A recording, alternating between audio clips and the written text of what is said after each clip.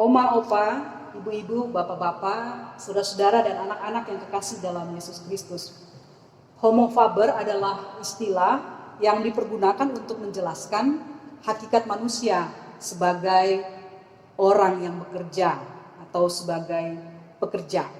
Manusia mendapatkan jati diri dan nilai-nilai serta bisa mengukur kemampuannya dari kerja dan usahanya. Jika manusia tidak bekerja, berarti dia sedang menghilangkan jati dirinya. Kita juga ingat kisah penciptaan yang menyatakan bahwa Tuhan menciptakan manusia dan memberi mereka tugas atau pekerjaan. Kejadian 1 ayat 26 dan 28 mengatakan berpuasalah dan taklukkanlah bumi. Kejadian 2 ayat 15 menyatakan mengusahakan dan memelihara taman itu. Sesudah manusia jatuh ke dalam dosa pun, Adam diingatkan untuk bekerja. Kejadian 3 ayat 17 sampai 19. Kitab Amsal berulang kali mengingatkan kita bahwa manusia yang berhikmat adalah mereka yang rajin bekerja dan bukan seorang pemalas. Amsal 6 ayat 6 sampai 11 dan pasal 10 ayat 4 sampai 5.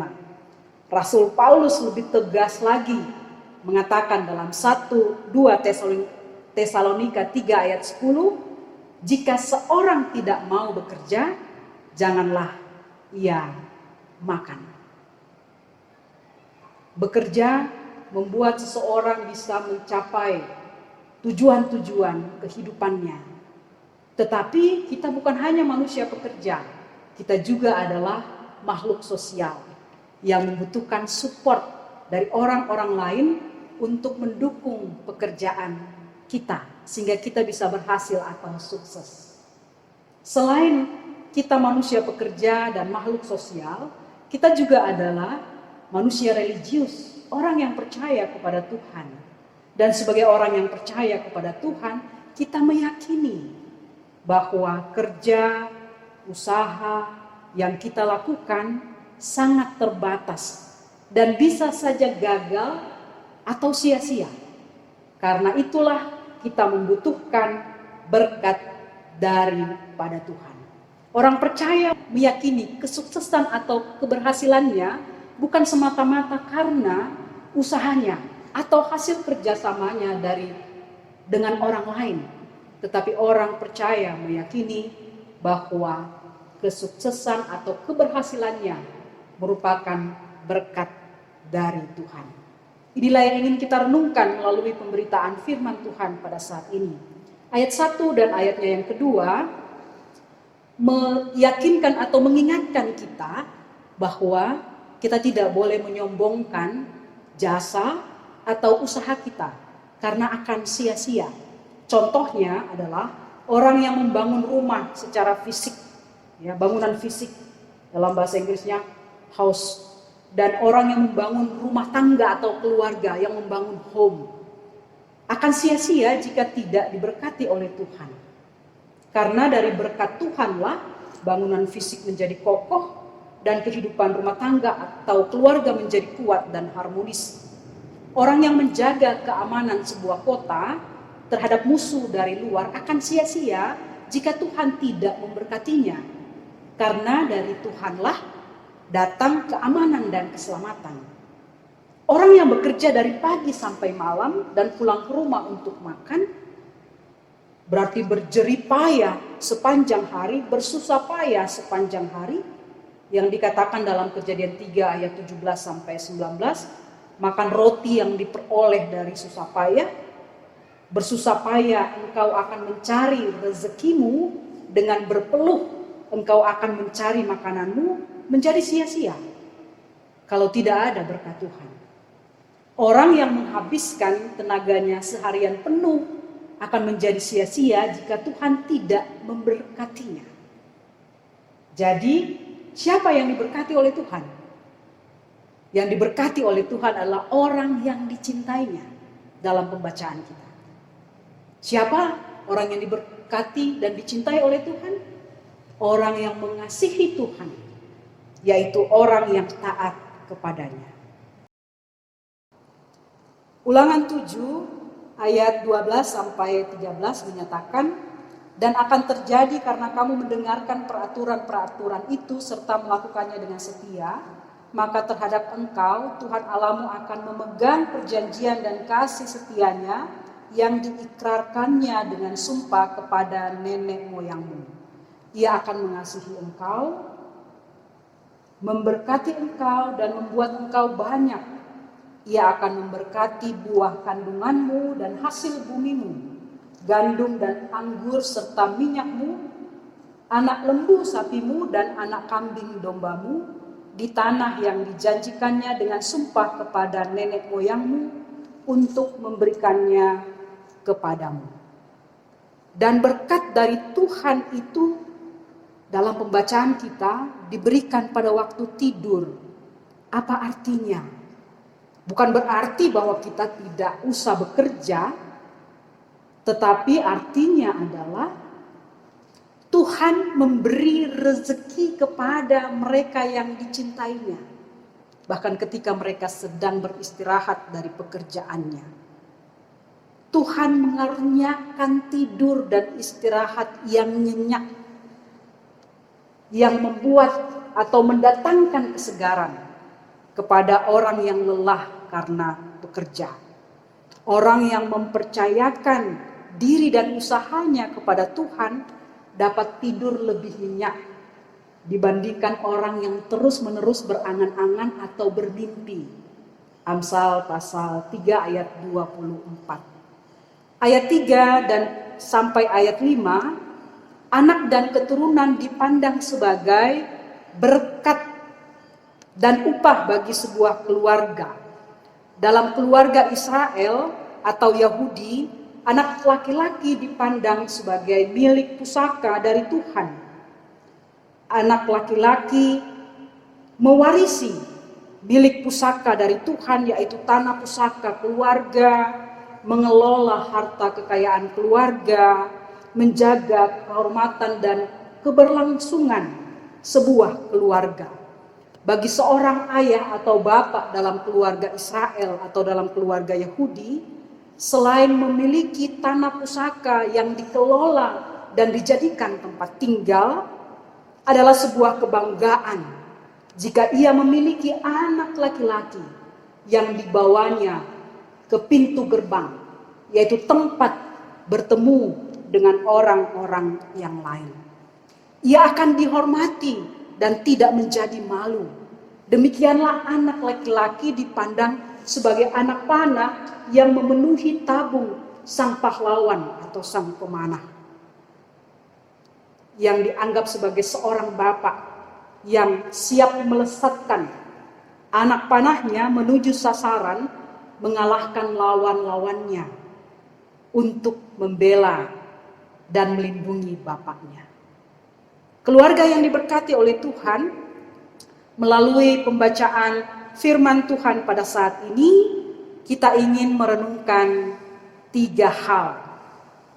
Yang pertama, berkat berasal dari Tuhan, bukan dari jasa dan kerja keras kita semata-mata.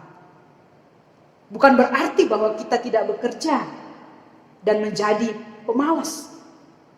Tuhan memperingatkan kita untuk jangan mengabaikan Tuhan dalam usaha dan pekerjaan kita. Agar kita bekerja dalam sikap mengasihi Tuhan dan ketaatan kita kepadanya. Karena Tuhan memberkati umatnya yang hidupnya benar, yang mengasihi dan taat kepadanya. Kita bisa baca dalam Amsal pasal 10 ayat 6 sampai yang ke-7. Berkat Tuhan ada pada orang yang benar, orang yang mengasihi Tuhan, orang yang bekerja keras, sehingga rahmat Tuhan berlaku baginya. Ia mendapatkan rezeki, ia mendapatkan kekayaan, ia mendapatkan kesuksesan. Amsal 10 ayat 22 menyatakan, berkat Tuhanlah yang membuat kaya, susah payah tidak menambahinya. Kalau kita membaca sepintas, kita beranggapan, oh cukup berdoa saja, cukup beriman saja, cukup beribadah saja, berkat Tuhan akan datang. Bukan.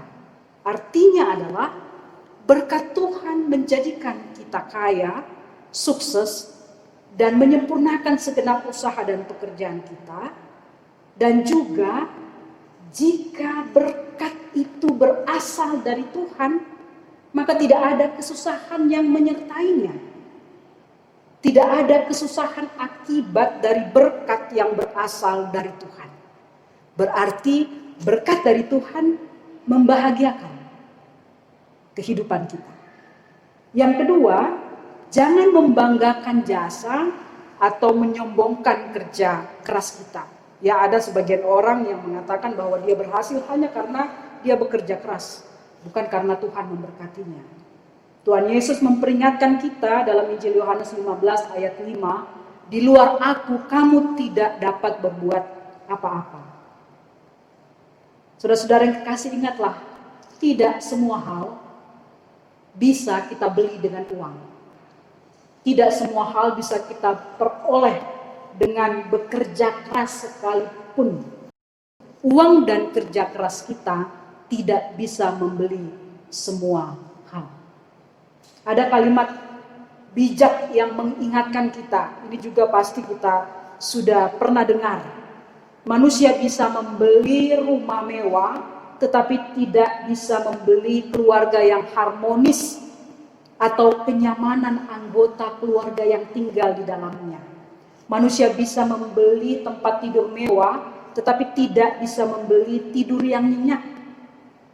Manusia bisa membeli vitamin, obat yang mahal, tapi tidak bisa membeli kesehatan. Manusia bisa membeli oksigen, tetapi tidak bisa membeli nafas kehidupan. Kita diarahkan untuk menyerahkan seluruh usaha, kerja keras kita agar Tuhan yang memberkati.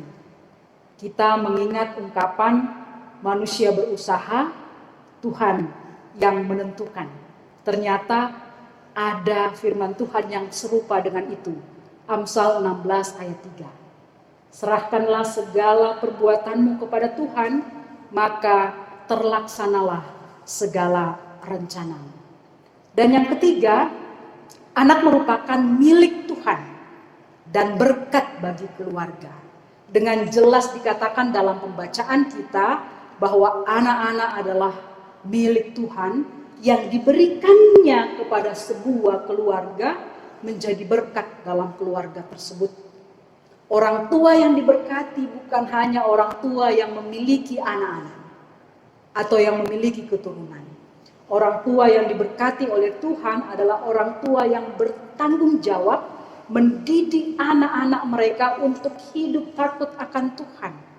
Orang tua yang bertanggung jawab adalah orang tua yang mempersiapkan anak-anak mereka memasuki masa depan yang cerah. Seperti pemanah yang meruncingkan panahnya dan mata panahnya agar bisa melesat pada sasaran dengan tepat. Menurut penyair Khalil Gibran dan Sindunata, seorang imam Katolik yang juga adalah penulis, anak adalah harapan dan masa depan. Khalil Gibran bersyair dalam bukunya Sang Nabi begini, anakmu bukanlah milikmu, mereka putra-putri Tuhan. Anak-anak adalah penghuni masa depan, rumah mereka ada di masa depan. Engkaulah busur dan anak-anakmu adalah panah yang meluncur. Kata Sindunata, memelihara anak sama dengan memelihara dan membesarkan harapan. Pada anaklah orang mesti berkaca jika hendak melihat harapannya. Jadi saudara-saudara, jika kita ingin anak-anak kita menjadi anak-anak yang memiliki masa depan yang cerah, mendatangkan kebaikan, kebahagiaan, kebanggaan dalam keluarga, maka didiklah mereka sedari dini menjadi anak-anak yang takut dan taat kepada Tuhan. Maka mereka akan bertumbuh dalam kasih dan ketaatan kepada Allah, dalam hormat dan sayang kepada orang tuanya dan keluarganya, dan mengembangkan potensinya untuk menjadi saluran berkat buat orang-orang yang ada di sekitarnya, sehingga hidupnya memancarkan kemuliaan nama Tuhan. Keluarga yang dikasihi Tuhan Yesus Kristus, tentu kita ingin diberkati oleh Tuhan. Keluarga kita juga ingin diberkati oleh Tuhan. Anak-anak kita juga ingin diberkati oleh Tuhan. Karena itu, mari kita mensyukuri setiap berkat yang Tuhan beri, termasuk anak-anak yang ada dalam keluarga kita. Kita mendidik mereka menjadi generasi muda yang takut akan Tuhan, sehingga mereka meneladani sikap iman kita dan meneruskan kehidupan yang mengasihi dan setia kepada Tuhan. Tuhan Yesus memberkati kita sekalian. Amin.